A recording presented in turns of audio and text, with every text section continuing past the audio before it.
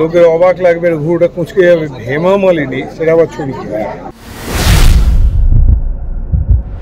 অনেকে তো বলে যে আমার ছেলেকে একদম তো আপনার মতো দেখতে, এক্ষুনি এখানে বললো যে প্রচণ্ড ফ্যান, পাগলের মতো ফ্যান, তার সঙ্গে নাকি আমার মেলেও অনেকটা, এরকম সব বলে।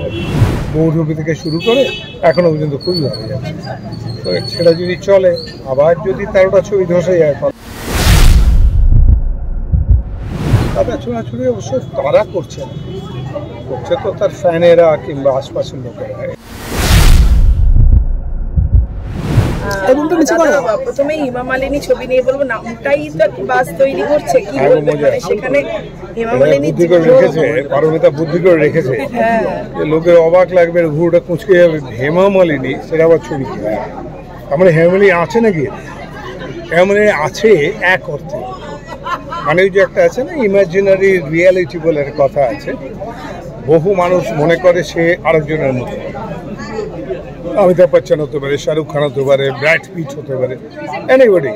এরকম বহু মানুষ আছে, মিঠুনের মতো আছে, আমার মতো আছে, তার মতো তাকে দেখতে করে, চেষ্টা করে করার। অনেকে দেখতে আবার হয়ও, বিশেষভাবে দেখতে হয়, ওর মতো দেখতে হয়। আর কিছু লোক আবার চেষ্টা করে সেরকম করতে, চুলফুল কেটে ওরম হয়। এই ক্যারেক্টারটা সেরকম একটা ক্যারেক্টার হেমা মালিনী নিজেকে মনে করে, এবং সেইভাবেই সাজা গোজা করে, সে সেইভাবেই পোশাক আশাক পরে, নাচতে পারে, গাইতে পারে। এরকম একটা ক্যারেক্টার যে খুঁজছিল একজন ধর্মেন্দ্র। আর সৌভাগ্যক্রমে আমি হচ্ছে সেই ধর্মেন্দ্র দত্ত, একজন নিপাট ভালো মানুষ।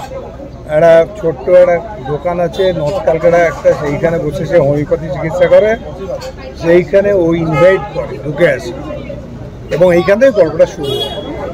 মজার বহু আর্টিস্ট, শিল্পী আছে, ভালো সব শিল্পী, তাদের নিয়ে নানা রকম চরিত্র নিয়ে এইটা ভাঁজ খেতে খেতে টাল খেতে এই ছবিটা এগিয়ে যায়। এর ভিতরে একটা ট্র্যাজিক পার্টও আছে ছবিটার। সেই ট্র্যাজিক পার্টটা আলটিমেটলি সেই সময় সুন্দর হয়, মজা করি, কিন্তু ট্র্যাজিক পার্টটা আমার খুব ভালো লেগেছে। তো লেখাটা খুব ভালো করে পারমিতা, সেই লেখাটার সঙ্গে আমি সবসময় সম্পৃক্ত থাকি, কারণ ওর প্রথম ছবি থেকেই আমি করছি। লাস্ট টাইম সব গুণে গুহা মানুষ সবই আমার করা ছবি, তো এটাও তাই। এখন দেখা যাক কী হয়। আমার মনে হয় এখন ভালো ছবি, ভালো সময় যাচ্ছে, একটা মিষ্টি ছবি দেখতে পাওয়ার সময়। এই যে হেমা মালিনীকে নিয়ে যে ফ্যাসিনেশন, মানুষের যদি চিরঞ্জিত চক্রবর্তীকে জিজ্ঞাসা করি, কাকে নিয়ে এরকম ফ্যাসিনেশন আছে? হয়তো আমি জানি না। অনেকে তো বলে যে আমার ছেলেকে একদম তো আপনার মতো দেখতে, এক্ষুনি এখানে বললো যে প্রচণ্ড ফ্যান, পাগলের মতো ফ্যান, তার সঙ্গে নাকি আমার মেলেও অনেকটা, এরকম সব বলে। দাদা, এই সময় তো টলিউডের জন্য খুব ভালো যাচ্ছে, কি বলবেন আপনার? ভালো যাচ্ছে, আমি এটা তো চেয়েছিলাম। আমি কমার্শিয়াল ছবির কথা বারবার বলে আসছি 20 বছর ধরে, যে ওই ছবিগুলোকে বাঁচাতে হবে, তাহলে ইন্ডাস্ট্রি বাঁচবে না। সত্যি তাই। গত বছর আমরা মাত্র 35টা ছবি করেছি, এই বছর আমি আশা করছি বাড়বে, কারণ রেজাল্টটা ভালো যাচ্ছে।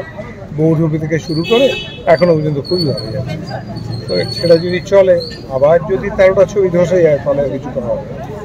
তবে বাঙালি আসছে, দর্শক আসছে, কিন্তু একদম, কিন্তু তবুও মানে একটা কাদা ছোড়াছড়ি রয়েছে, সেটাও আপনি নিশ্চয়ই দেখছেন। একে নিয়ে বলা, উনি এই ভালো সময়ে কটাক্ষের মুখে অভিনেতা পরিচালকেরা, কি বলবেন এটা আপনি এত সিনিয়র হয়ে কিভাবে দেখছেন? কাদা ছোড়াছড়ি অবশ্য তারা করছে না, করছে তো তার ফ্যানেরা কিংবা আশপাশের লোকেরা। এটা নতুন কালচার এসছে, একটা সোশ্যাল মিডিয়া কালচার। এই কালচারটা খুবই ক্ষতি করছে, নিশ্চয়ই করবে। আমি সবাইকে বলবো যে তোমরা এটা থেকে রিফ্রেন করো, সরে থাকো, তোমরা ইন্ডাস্ট্রিটাকে বুঝতে পারো, ভালো থাকো, সবাই বন্ধুত্বপূর্ণ থাকুক। আমাদের সময় এটা ছিল না, কিন্তু এটা recently. Okay, thank you very much. বিনোদন জগতের সব খবরাখবর সবার আগে পেতে সাবস্ক্রাইব করুন বিনোদন চিত্র ইউটিউব চ্যানেল, আর পাশে থাকা বেল বাটনটি ক্লিক করতে ভুলবেন না।